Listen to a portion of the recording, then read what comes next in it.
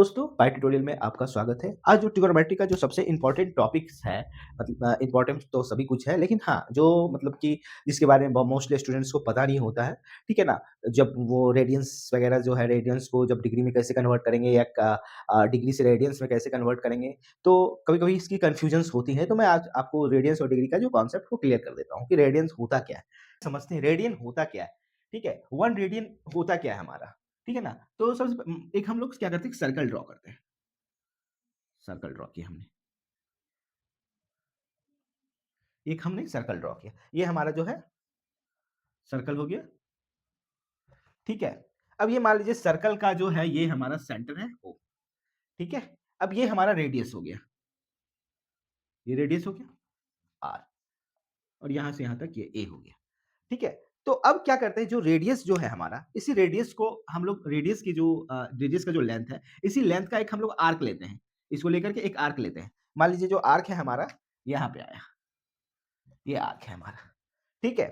तो यहाँ से ये आर्क हम लोग ने लिया, ठीक है ना? अब जो इसका जो लेंथ होगा यहाँ से यहाँ तक, ठीक है? ये भी हमारा R होगा और ये जो लेंथ है, ये जो लेंथ है, ये वाला पार्ट, ठीक है? ये पार्ट जो है आपका, ये आर्क का पार्ट जो रेडियस के इक्वल का जो पार्ट है, ठीक है ना? ये L मान लीजिए, ठीक है? तो इसके बीच का जो एंगल होता है, यही एंगल जो है आपका क्या कहलाता है? रेडियन कहलाता है, ठीक है ना? यही एंगल जो है आपका रेडियन कहलाता है।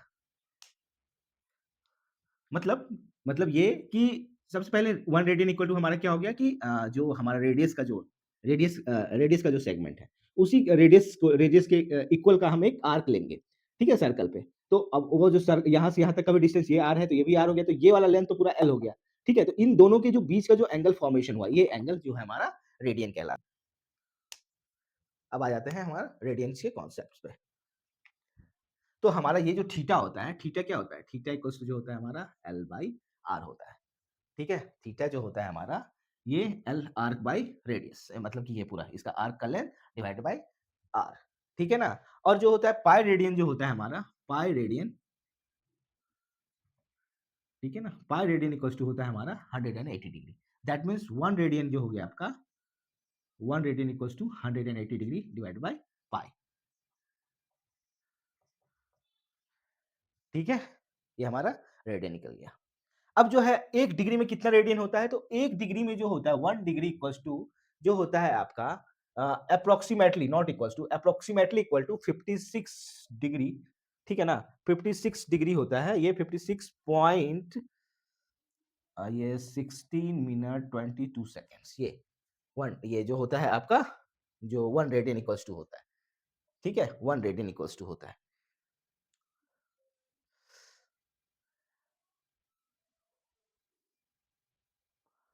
तो ये हो गया हम लोग जब रेडियंस जो हम लोग जब डिग्री में कन्वर्ट करेंगे तब ये होगा हमारा, ठीक है ना? ठीक है? तो डिग्री टू रेडियन में कन्वर्ट करने पे रेडियन इक्वल्स टू क्या हो गया हमारा? रेडियन से जब डिग्री में कन्वर्ट करेंगे तो रेडियन इक्वल्स टू हो जाएगा हमारा, radian equals to pi by 180 degree, 180 into यहाँ पे डिग्री का जो नंबर है वो आ जाएगा। ठीक है? अब जब डिग्री में कन्वर्ट कीजिएगा तो क्या हो जाएगा आपका? डिग्री इक्वल्स टू अभी बताया मैंने 180 डिग्री पाई इनटू यहाँ पे रेडियन आ जाएगा।